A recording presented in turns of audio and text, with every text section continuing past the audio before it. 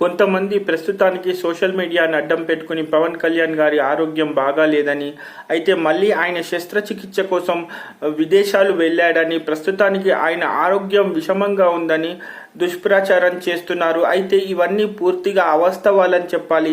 ఎందుకంటే ఆగస్టు 15న ఆయన జెండా వందనం చేసే సందర్భంలో చాలా ఆరోగ్యంగా ఉన్నారు.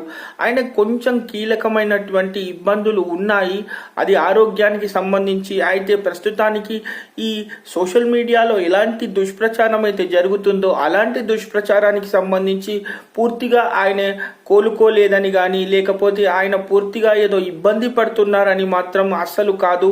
అయితే మళ్ళీ ఆయన విదేశాలకు వెళ్ళి శస్త్రచికిత్స చేసుకుంటున్నారనే విషయం కూడా చాలా తప్పని చెప్పాలి. ప్రస్తుతానికి ఇలాంటి విషయాలన్నింటినీ కూడా అభిమానులు నమ్మొద్దు అని పవన్ కళ్యాణ్ గారు ట్విట్టర్ ద్వారా అందరికీ ఒక ట్వీట్ చేసి చెప్పడం జరిగింది. అయితే ఇలాంటి దుష్ప్రచారాలకు సంబంధించి అతి త్వరలోనే పవన్ కళ్యాణ్ గారు ఒక యాక్షన్ తీసుకోవాలని భావిస్తున్నట్టు తెలుస్తుంది.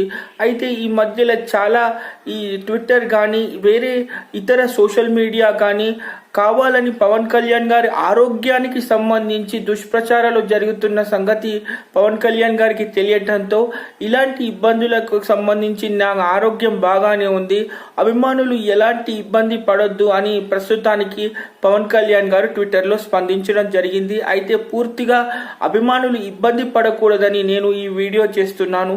ఆయన కొంచెం చేతికి సంబంధించినటువంటి చికిత్స జరగడం వల్ల కొంచెం ఇబ్బంది ఉండడం మాత్రం వాస్తవమే, కానీ పూర్తిగా ఇప్పుడు వస్తున్నటువంటి ఈ స్పెక్యులేషన్స్ ఏవైతే ఉన్నాయో సోషల్ మీడియాలో అలాంటివి భయంకరమైన ఇబ్బందులు మాత్రం ఏమీ లేవు.